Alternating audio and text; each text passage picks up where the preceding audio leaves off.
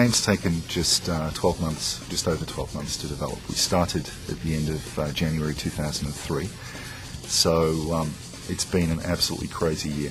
I wanted to make something which would take Transformers somewhere new. You know, you look at the toys, those are great for kids. You look at the cartoon, that's for a certain kind of demographic as well. The question with Transformers was how to take it and make it into something that would work as a PS2 game. The potential of it and the brilliance of it is astounding, really. Everybody at Melbourne House worked on this title, so 70-odd people internally, 10 different divisions. The game was split into several core areas: art, technology and design.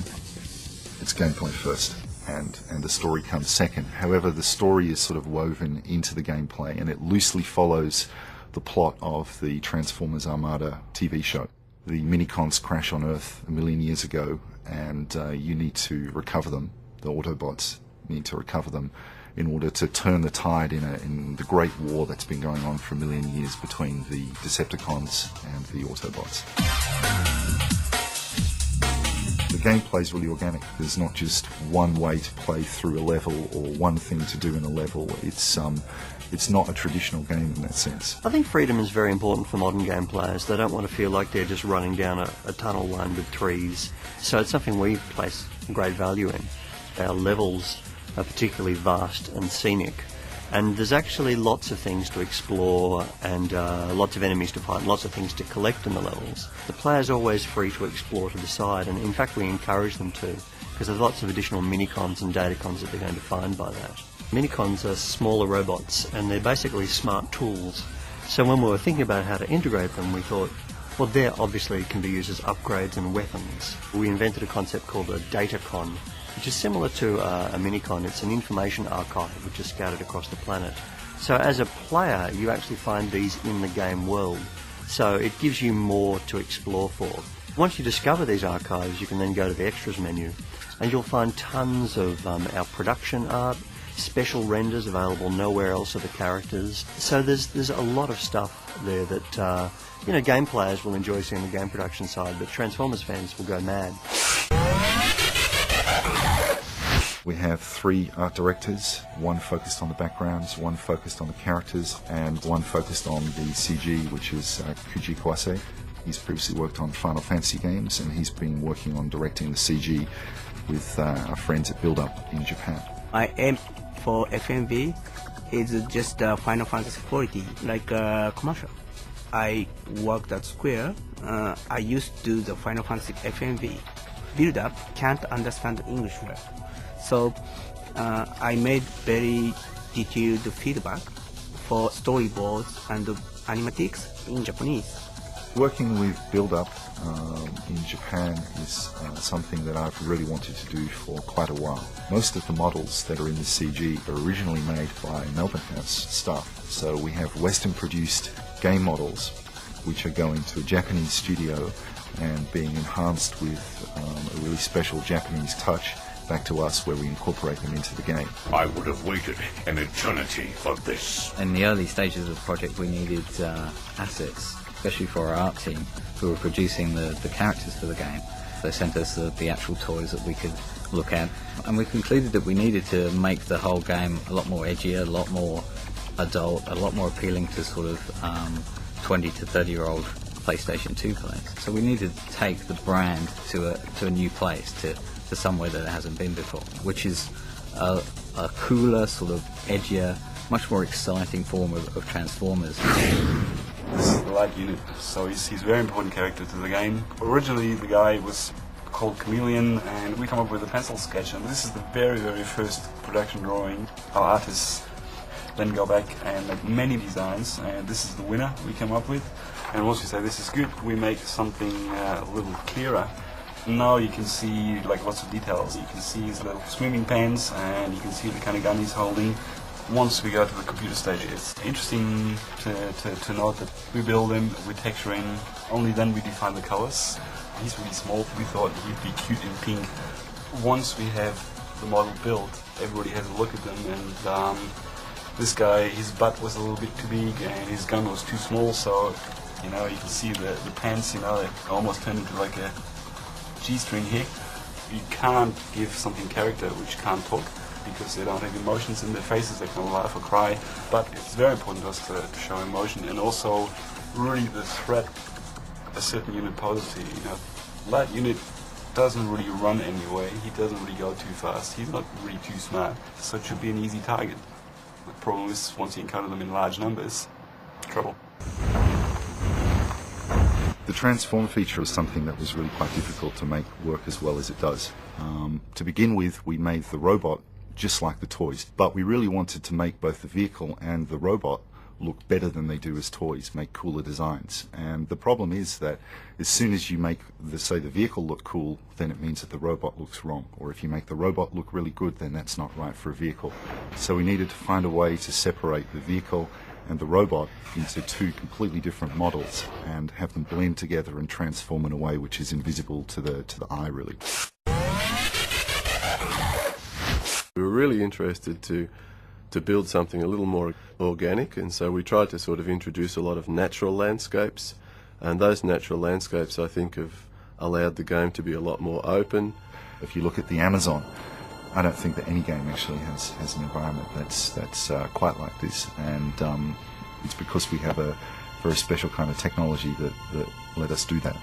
And this was our dream of what the forest was going to look like. So this is not using the game system, this is hand modelled and hand lit. It becomes like almost a bible for what we want that style to be. You start with a rough top-down map, that becomes a very detailed top-down map, that becomes a height map, that becomes a mesh that's been projected onto the height map and then elevated. If you're just sort of building it out of polygons, it's really contrived. So we're starting with organic, and then we're putting gameplay into that organic with the intention that it's a realistic place, and so you feel like you really are in there. You're not in a series of boxes and slides that is basically a puzzle. You're trying to build somewhere real.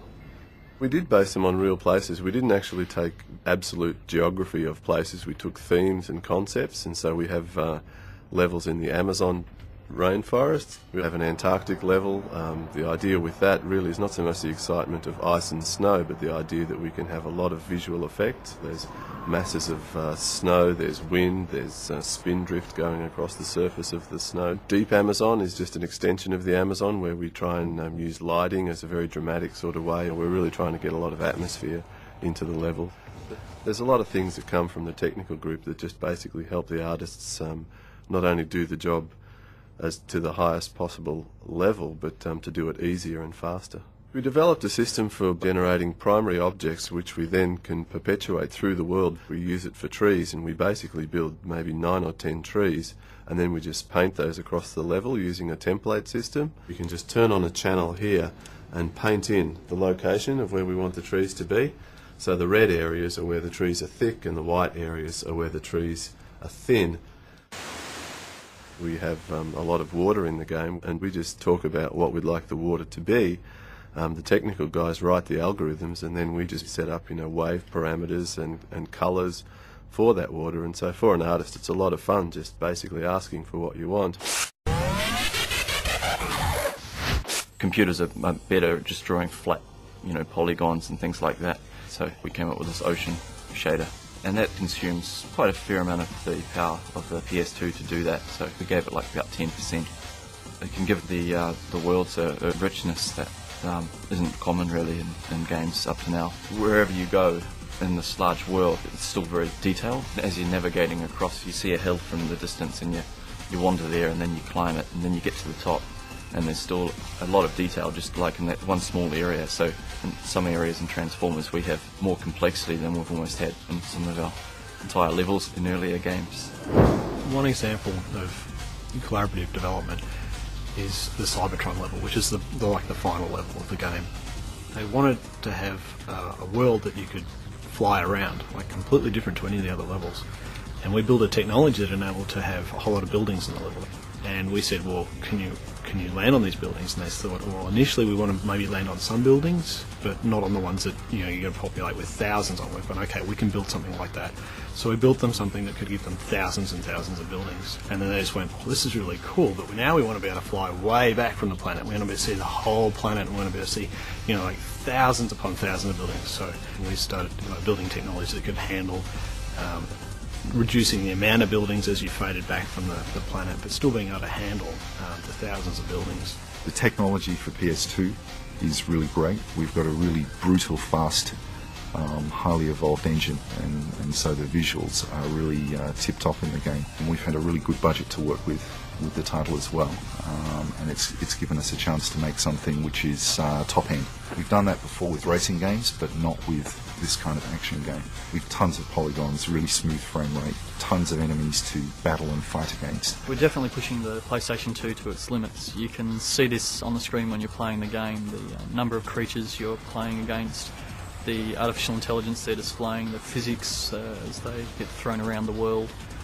Every bit of the world you can see is accessible, you can reach it, every tree exists in the game. We've had over 6,300 builds of the game so far. Our testing system runs every single day. We build a new build for the QA department, which we then supply to our own QA here in Australia, then also to America and Europe. It's definitely the most tested thing we've ever done. Nothing has even come close to this. The AI is great in the game. You can really play around with the enemies in these worlds. The enemies are highly intelligent in the game. If you replay a certain level, I guess they will act differently every time. They're very organic in the way they're programmed. So the level designers, I mean, they virtually just place the creatures into the world in different places. None of it's scripted. They actually just say, look, put these guys here in this part of the world, and then the AI takes over.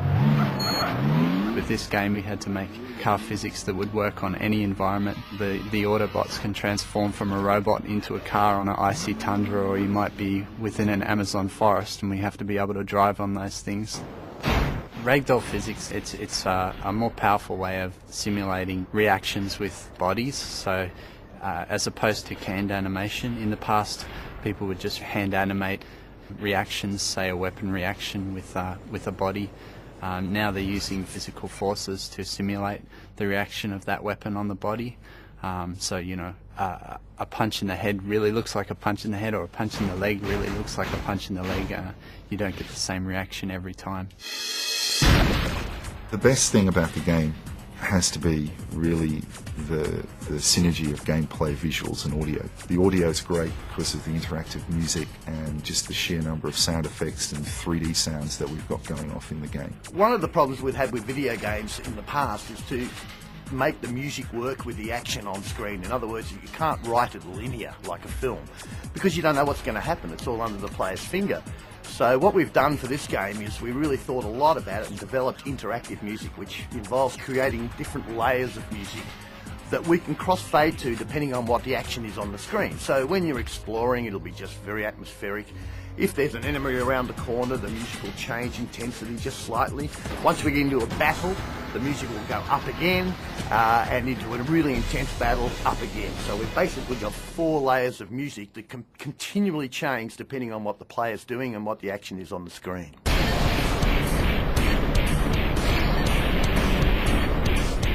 Well, the advantage of having in-house music, and this is something we feel very strongly about, is that rather than just have a game, it goes out to a composer, he just writes the music, you slap it on. We have the added advantage of being able to develop the music with the game. So as levels are being developed, the composer's looking at them, getting a feel for them, writing stuff, putting it into the game. So we're able to work really closely with both the director, the artists, the whole team to develop the music as a part of the game rather than an added on extra.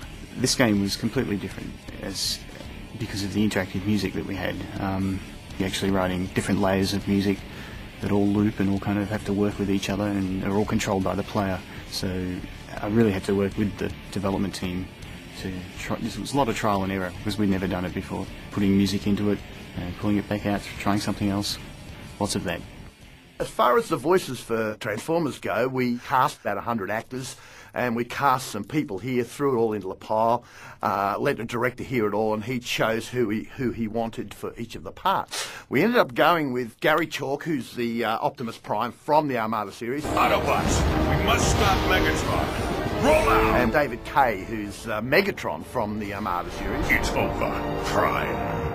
Both those guys were extremely good and knew the characters very well. We went to Vancouver in Canada, where they both reside, to record them, and we gave them direction as to how we wanted them to be. We didn't want it cartoony. We wanted it to fit with our game, but still have the recognition of the characters. So basically, we've got a totally international cast for Transformers. Come, Autobot. Let's finish it. A lot of people who see the game for the first time are very, very surprised by what a Transformers game has become. There have been other Transformers games in the past which have, I think, not been so well received, but we want to make something which can really stand on its own as a high-quality game. This game will appeal to everybody. If you're a casual gamer, there are modes in the game, difficulty levels in the game where it's tuned for you and hopefully won't be too scary and will help you get into it. If you're a hardcore gamer, there are modes there, difficulty levels, where everything takes on a new level of intensity and it becomes pretty hardcore as well. So there really is a hope that it's going to appeal to really anybody and everybody. The thing I'm most proud of with Transformers is the fusion of some of the bigger Western developed games we've seen recently with values found in a lot of Japanese games. But the challenge has been, as a game, to make it appeal to the PS2 gamer. And I think that I'm really proud of how we've managed to achieve that.